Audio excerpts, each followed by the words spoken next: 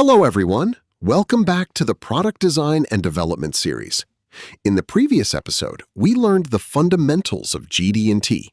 Today, we'll move a step further and explore advanced concepts such as Runout, Total Runout, Datums, MMC, feature control frames, and how GD&T is applied in the automotive industry. So let's get started. Let's begin with Runout. Runout is used to control the variation of a rotating feature relative to a datum axis. Imagine a shaft rotating inside a machine. If the shaft is slightly bent or off-center, it will wobble during rotation. Runout ensures that this wobbling stays within an acceptable limit. In this example, the runout tolerance is 0.05 millimeters relative to datum A. When the part is rotated, the dial indicator reading should not vary by more than 0.05 millimeters. In simple words, Runout controls rotational accuracy. Let's look at total runout. While Runout checks variation at a single circular section, total runout checks the entire surface of the feature. This means it controls not only rotational variation, but also the overall shape and alignment of the surface. When the part rotates around datum A, every point on the surface must remain within the specified tolerance zone. That's why total runout is a stricter control compared to runout. Before measuring any feature, we need a reference. That reference is called a datum. Datums provide a fixed coordinate system from which all measurements are taken. Typically, datum A is the primary datum, datum B is the secondary datum, and datum C is the tertiary datum. Without properly defined datums, geometric tolerances cannot be inspected accurately. One of the most important concepts in GD&T is the 3-2-1 principle.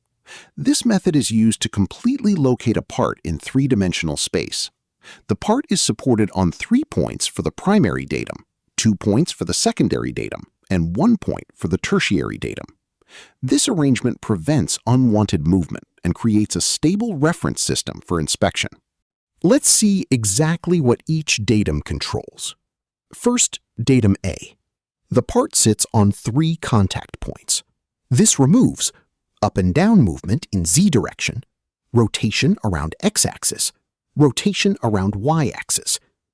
Next, datum B. The part touches 2 points on the side. This removes side-to-side movement in Y direction, rotation around Z-axis. Finally, datum C. The part touches 1 final point. This removes remaining movement in X direction. After applying all 3 datums, all 6 degrees of freedom are eliminated. The part becomes fully constrained and ready for accurate measurement. Every GD&T requirement is communicated through something called a feature control frame, or FCF. Think of it as a complete sentence. First, the geometric symbol. Second, the tolerance value. Third, the datum references. For example, position tolerance of 0.5 millimeters relative to datums A, B, and C. The sentence reads, "This feature's position must remain within a cylindrical tolerance zone of 0.5 millimeters relative to datums A, B, and C." Whenever you read a feature control frame, simply read it from left to right, like a sentence. MMC stands for Maximum Material Condition. It represents the condition where a feature contains the maximum amount of material. For a hole, MMC is the smallest allowable size because more material surrounds the hole. For a pin, MMC is the largest allowable size because the pin itself contains more material. MMC is important because it represents the worst-case assembly condition and helps ensure parts will fit together properly.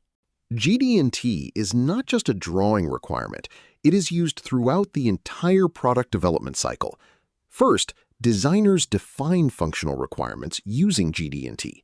Next, manufacturing teams use those requirements while developing tools and fixtures. Then, quality teams verify the parts during PPAP validation. Finally, the same GD&T requirements are used to monitor quality during mass production. This makes GD&T the common language between design, manufacturing, and quality. In the automotive industry, GD&T plays a major role during PPAP, or production part approval process. Typically, around 30 sample parts are measured and evaluated.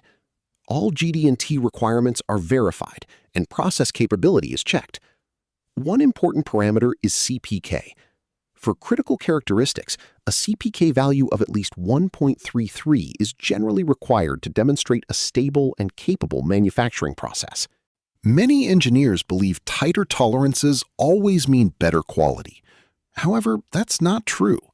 Tighter tolerances increase tooling costs, inspection time, manufacturing complexity, and scrap rates.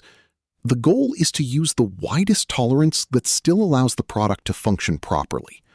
Always remember this important engineering principle: function first, precision second.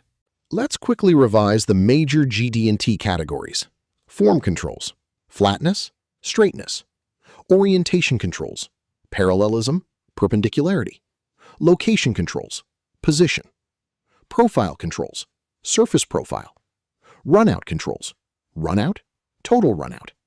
If you master these 5 categories, you'll be able to understand nearly 90% of GD&T applications used in automotive and manufacturing industries.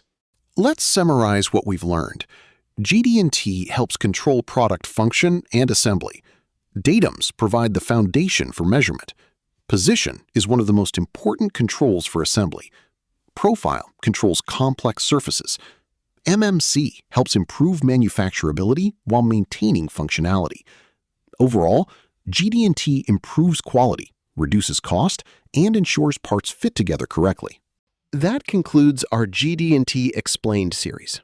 I hope these concepts are now much clearer and easier to understand. If you found this video helpful, please like, share, and subscribe to the channel. Thank you for watching, and I'll see you in the next episode.